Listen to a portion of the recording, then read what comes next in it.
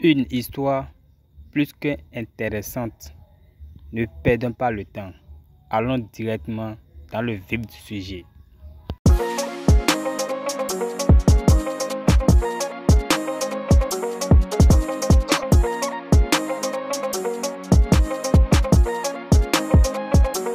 C'est Adjumani qui a dormi là. L'hôtel Indéni d'Abengourou. Ceux qui connaissent Abengourou connaissent l'hôtel là. Ça y est sur la route. J'ai dormi cette nuit là. Mais moi j'ai vu la facture qu'ils ont payée pour une nuit à l'hôtel. Piscine. Les boîtes de nuit. Cette nuit là. Tout a été occupé. J'ai vu la facture. J'étais là quand le gars est venu payer. Réglé. Donc on sait dans quoi ils sont. On sait ce qu'ils font. Et nous on souffre. Et ils dirigent notre pays. Ils prennent crédit. Et ils s'enrichissent. Ils construisent des maisons. Ils paient des voitures. Ils ont... Et faut pas qu'on parle. Sous prétexte que oui, les refondateurs ont été pires. Mais c'est parce que tu reprochais ça aux refondateurs que tu les as enlevés. Donc, pour critiquer ceux-là, il faut qu'ils soient plus pires que les refondateurs pour que tu puisses les critiquer. Parce que le pire, déjà, c'est grave. Donc, je ne sais même pas si l'expression plus pire existe.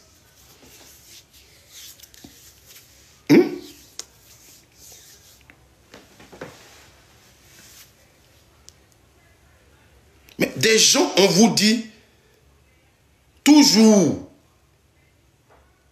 des gens nous informent sur leur gestion. Voici des rapports qui sont quittés en France pour nous parler de blanchiment d'argent. Mais tout ça, ça n'interpelle pas le militant du RDR. Oh, hier, c'est ça là, ils prenaient. Ces gens de façon parler comme ça là, c'est ce qu'ils prenaient pour combattre les refondateurs. Mais il est devenu un autre Ivoirien. Aujourd'hui, il donne le cutus aux gens de prendre l'argent du contribuable, faire ce qu'il veut. Il ne faut pas qu'on les critique. Il ne faut pas qu'on les critique. Parce qu'en réalité, ce n'est pas la gestion du pays là qui l'intéresse. En réalité, ce n'est pas la Côte d'Ivoire, le bien-être de l'Ivoirien qui intéresse le militant du RDR. Le militant du RDR, ce qui l'intéresse, c'est lui. Lui.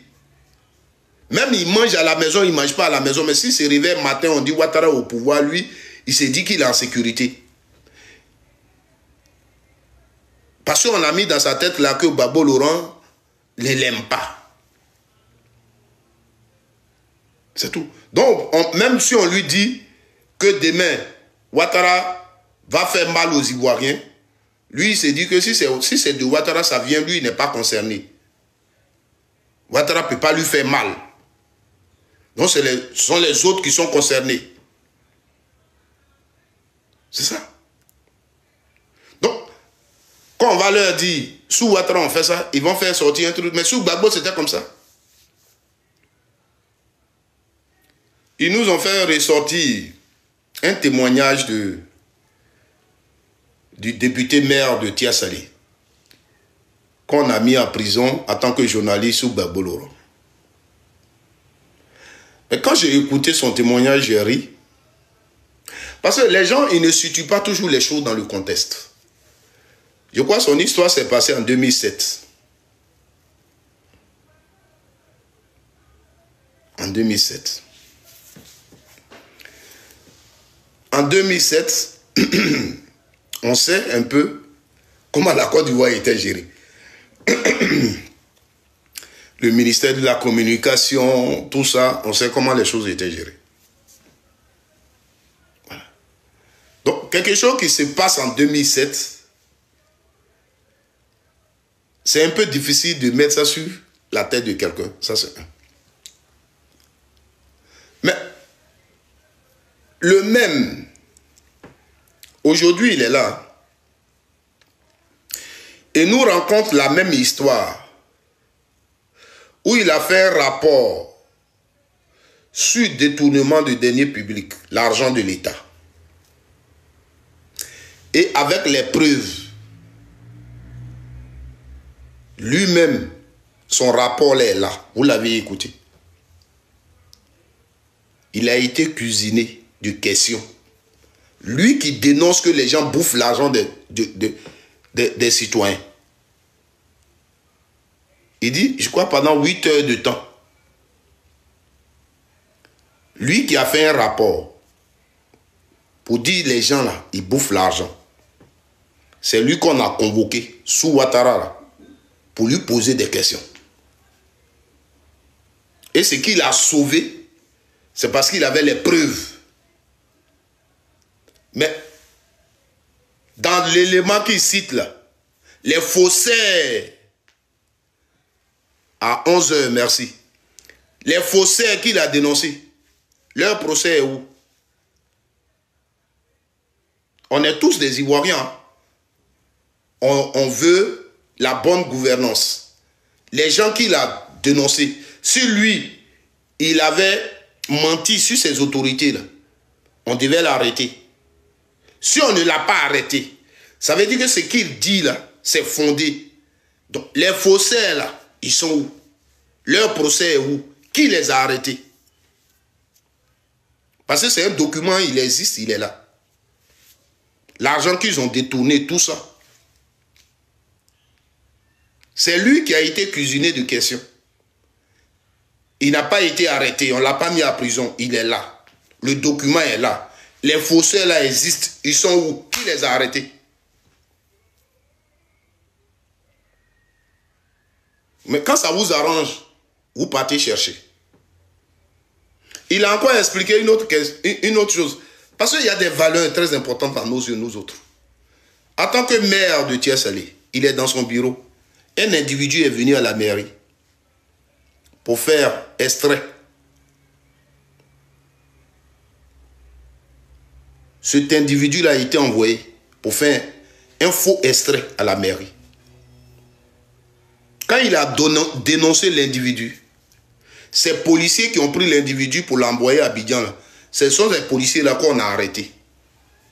C'est dans le pays de droit là qu'on est là. Ce que vous voulez comparer.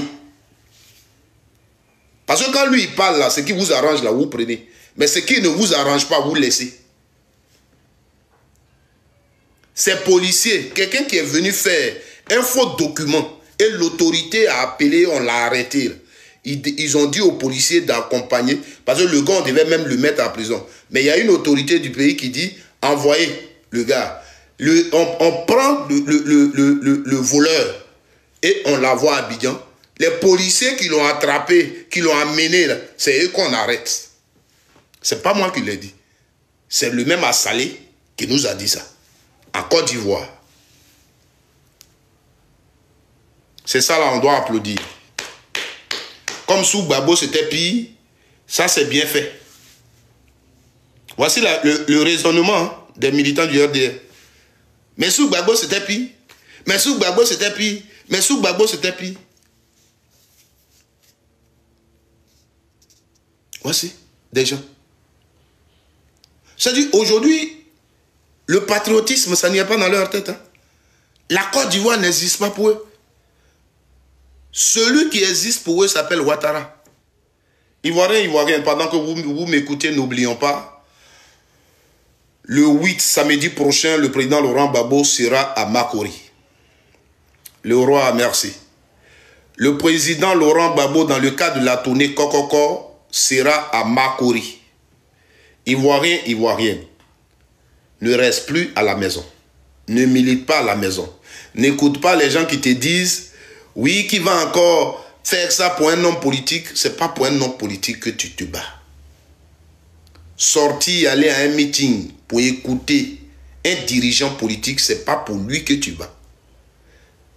Ou tu n'es pas convaincu, ou tu penses que dans ton pays, il n'y a pas de problème, il n'y a pas d'injustice, ça ne te touche pas, tu restes. Mais dis-toi que ce que tu évites peut même te trouver à la maison. Aujourd'hui, les Ivoiriens qui sont tombés par milliers dans cette affaire de crise là, politique, là, il y a beaucoup qui ne s'intéressaient pas à la politique. Il y a beaucoup, moi, les gens que je vous ai cités tout à l'heure, mes parents, qu'on a perdus, des gens qui sont allés trouver au village.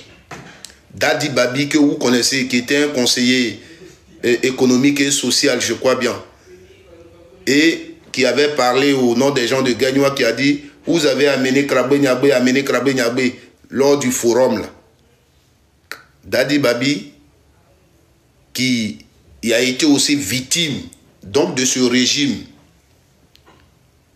Sa fille, Akraba Lydie, elle n'était pas, c'était une fille qui était une jeune fille qui était un peu chose. Quand il rentrait à Akraba Lydie, les parents ont fui la jeune fille qui était dans la rue, les gens l'ont abattue. Jusque-là, quand on te rencontre l'histoire, ça fait mal. Vous comprenez? Donc quand il parle politique, tu l'as fait, cette jeune fille, elle ne faisait pas politique, elle ne sait même pas ce qu'on appelle politique. Parce qu'elle n'était même pas intelligente. Mais on l'a trouvée, on l'a abattue. Vous comprenez? Les parents qui ont dormi en brousse, d'autres sont décédés là-bas. Nos mamans, nos papas, ils ne savaient pas ce qu'on appelait la politique. D'autres n'ont même pas voté. Mais ils ont été victimes. Donc la politique là, souvent, il y a un adage qui dit, quand tu ne la fais pas, tu fais, c'est de ça qu'on parle. Aujourd'hui, là, ne restons pas dans les maisons, on a notre mot à dire, devant une injustice. Le président Laurent Gbagbo sera à Makori, ce samedi 8. Sortez massivement. Sortez massivement. Ce monsieur-là ne lutte pas pour lui, il lutte pour nous. Gbagbo Laurent, le combat qu'il mène là, Gbagbo Laurent, le combat qu'il mène là, c'est pas pour lui, c'est pour toi et moi. Tu ne vas pas pour l'instant comprendre. Mais tu comprendras plus tard. Et ce plus tard là, ça sera trop tard parce qu'il ne sera plus là. Je te le dis. Voilà. Donc, sortons massivement le 8 février prochain à Makori pour aller écouter le président Laurent Gbagbo. Ça va leur faire mal, mais c'est la vérité. Merci. On poursuit donc la vidéo. Alors, frères et sœurs, c'est de ça qu'il s'agit. Les gens qui sont au pouvoir, ils nous blaguent. Quand vous écoutez Adjoumani, j'oublie, mais ce monsieur, il fallait lui dire quand même mes sincères condoléances parce qu'il a perdu sa génitrice. Et j'ouvre une parenthèse. Je suis ami sur Facebook avec une sœur qui s'appelle Force Tranquille, dont je suis beaucoup les publications. C'est sur sa page que j'ai appris que Adjoumani a perdu sa maman. Je vais vous raconter une petite histoire. Et ceux qui sont là, qui vont m'écouter, si vous voulez vous enregistrer cette partie. Je ne suis pas un prophète. Je ne suis rien au niveau de la religion. Alors, quand j'ai vu l'information, moi, là où on parle toujours de la paix de l'amant, j'avais vu une photo où il était avec sa maman comme ça m'a vraiment touché. Je vois un peu les grands hommes dans leur dimension, l'amour qu'ils donnent à leur maman, tout ce qu'ils ont pu faire pour rendre leur maman heureuse. Je me dis que, bon, je n'ai pas pu faire ça aussi pour ma mère. Souvent, là où on parle de la mort de maman de quelqu'un, tout de suite, moi, je suis un peu touché parce que moi, je suis arrivé en Europe en 2018. Je ne travaillais même pas encore et ma mère, elle est décédée. Jusqu'au jour d'aujourd'hui, je ne suis même pas encore allé sur la tombe de ma maman. Des amis que j'ai connus ici, à Paris, et tout ça m'ont aidé à trouver quelque chose pour envoyer, pour qu'on l'enterre dignement. Mais je ne suis pas encore allé. Donc, j'ai toujours touché quand on dit que quelqu'un a perdu sa maman. Parce que moi, c'est comme ça. Alors, ce jour-là, je suis allé dormir et j'ai fait un songe. Je voudrais vraiment qu'on ne le mette pas dans le cadre politique. Dans le songe, c'est comme si j'étais aux funérailles de cette maman-là aussi. Et le président Alassane est venu là. Il était là, il était en boubou blanc comme ça, assis sur une bâche là. Ils ont bien décoré comme le président quand il s'assoit là. Et nous, on était loin là-bas sous la bâche. Et là où le président Ouattara est assis, c'est en face de lui que se trouvait la bâche mortière. Alors, en songe, il y a une femme. Elle n'avait pas de chaussures. Cette femme-là n'avait pas de chaussures. Et elle a mis un truc, de façon les femmes musulmanes mettent les trucs blancs et puis couvrent un peu la tête. Là. Comme ça qu'elle avait. Mais elle avait porté un pagne normal. Hein. Et puis elle a mis le truc. Mais elle n'avait pas de chaussures. Et c'est comme si, dans le songe, cette femme-là, moi, selon ce que je voyais, moi je la voyais, mais personne d'autre ne la voyait. Seul le président Alassane Ouattara la voyait. Elle parlait une langue. Mais moi, quand je fixe, en rêve, quand je fixe ses lèvres qu'elle parle, c'est comme si, par ses lèvres, j'ai la traduction de ce qu'elle dit au président Alassane. Donc la traduction que je recevais, c'était, toi tu viens au funérail des mamans des gens et toi, tu m'as rejeté, moi ta mère, et tu viens au funérail des mamans des gens. On peut peut-être, vous pouvez mettre ça dans le cadre que vous voulez l'émotion, mais je vous dis, c'est un songe que j'ai fait. Au funérail de la maman d'Adjomani, c'était comme si on était chez Adjomani au funérail de sa maman. Donc cette dame-là, elle s'est mise du côté où il y a la bâche mortière et elle regardait le président. Et elle lui parlait comme ça. Donc moi, sous la bâche, je voyais ça. Donc elle a mis un truc comme ça sur elle, sans chaussures. Et elle lui parlait le message. Et lui, il la fixait. Et je sentais qu'il écoutait attentivement. Mais c'est comme si, selon ce que je recevais, c'est comme si ce n'était pas la première fois qu'il la voyait. Il avait l'habitude de la voir et il écoutait.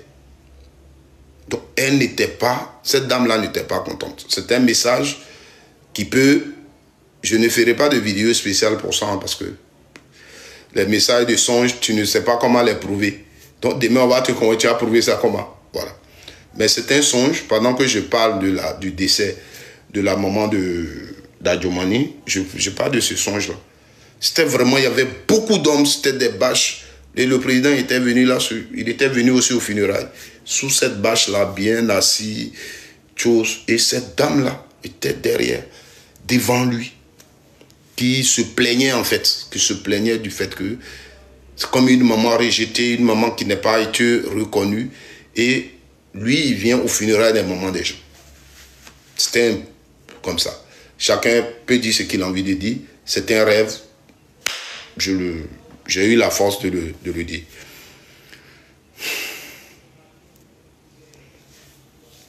Donc, voilà un peu. La parenthèse est fermée.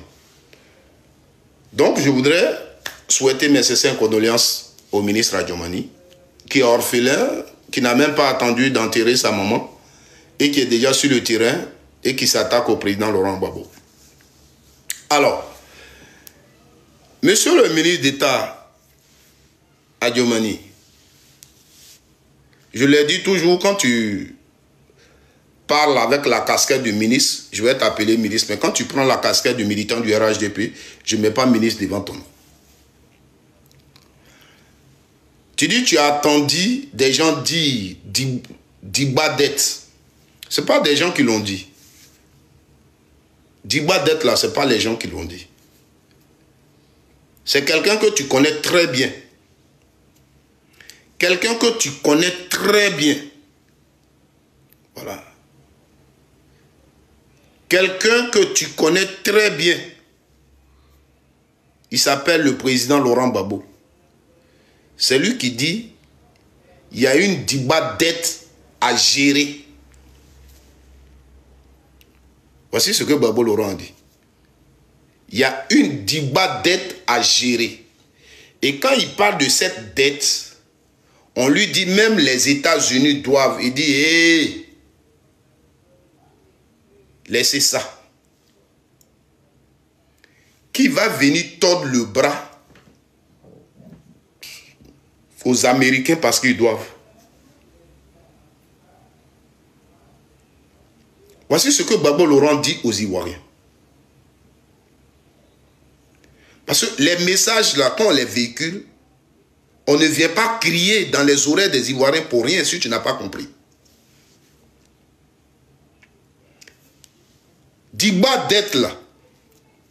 Quand on parle de ça, la raison que vous trouvez, le Japon doit, la Chine doit, les États-Unis doivent, ces pays que vous citez là, qui va dire comme ceux-là, ils nous doivent, on va aller tordre leur cou, on va arrêter leur cou, on va leur demander, vous êtes obligés de nous payer nos dettes maintenant comme ça. Qui va leur faire comme ça?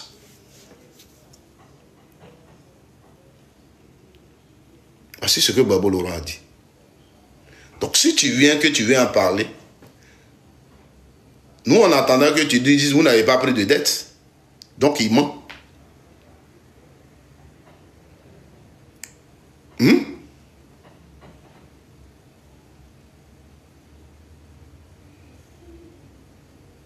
Tu comprends?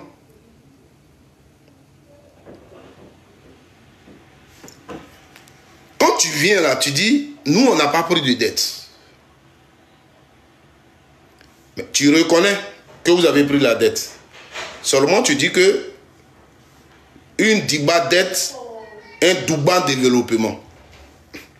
Mais là où tu me fais rire, que je devais oublier, quand Gbagbo parle de Diba dette, tu trouves que c'est un Français qu'un responsable ne peut pas parler. Et que Ouattara n'aurait pas parlé sur français dans une affaire sérieuse. Les Ivoiriens qui me regardent là, donnez les mots de Ouattara, les mots nichus que Ouattara a prononcés lors de ces meetings en Côte d'Ivoire ici qu'on connaît.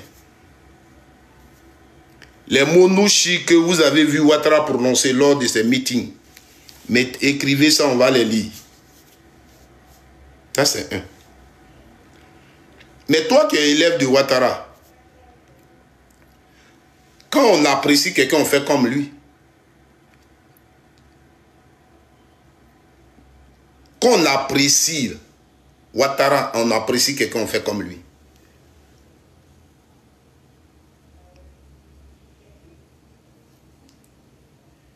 Tu comprends? Voilà.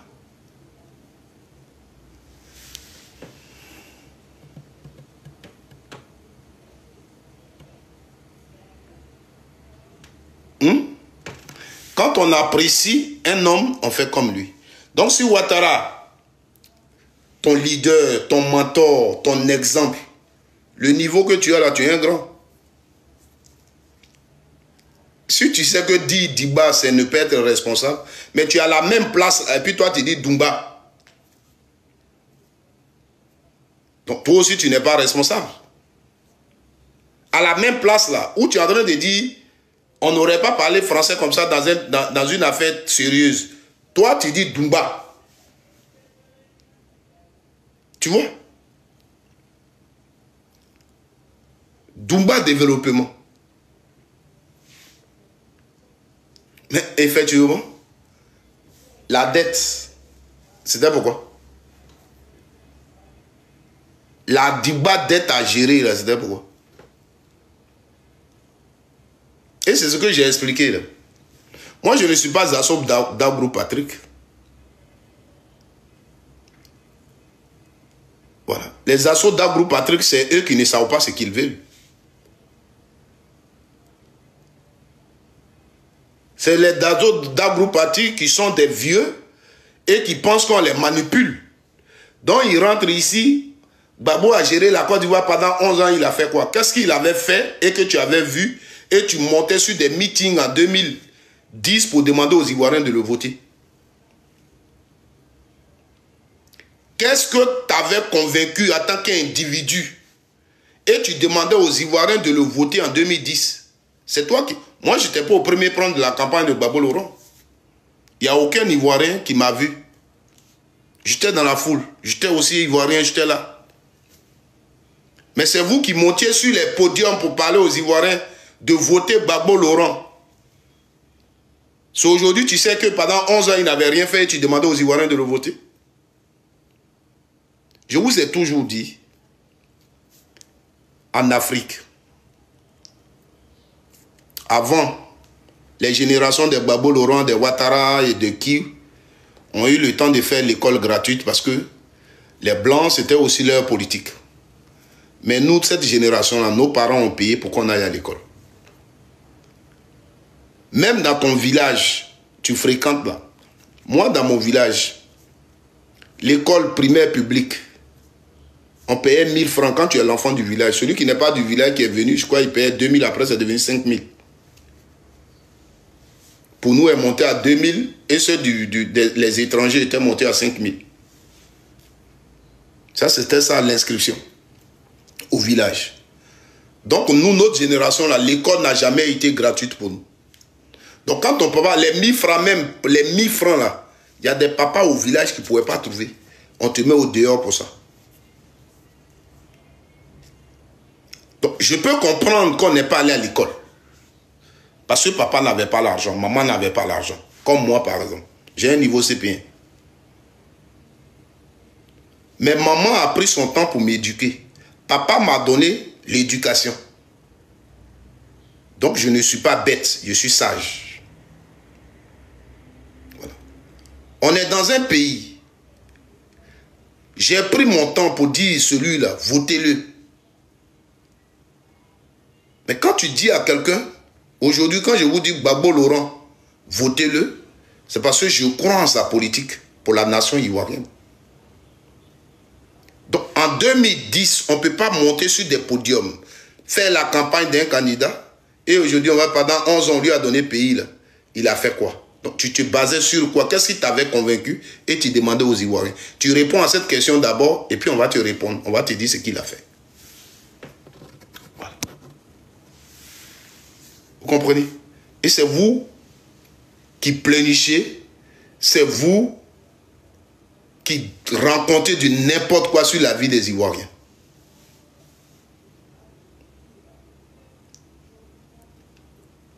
Parce que ça ne vous dit rien absolument. C'est vos ventes, vos vies qui vous intéressent. À chaque fois que je suis en live, que tu passes là, c'est la même question que tu poses.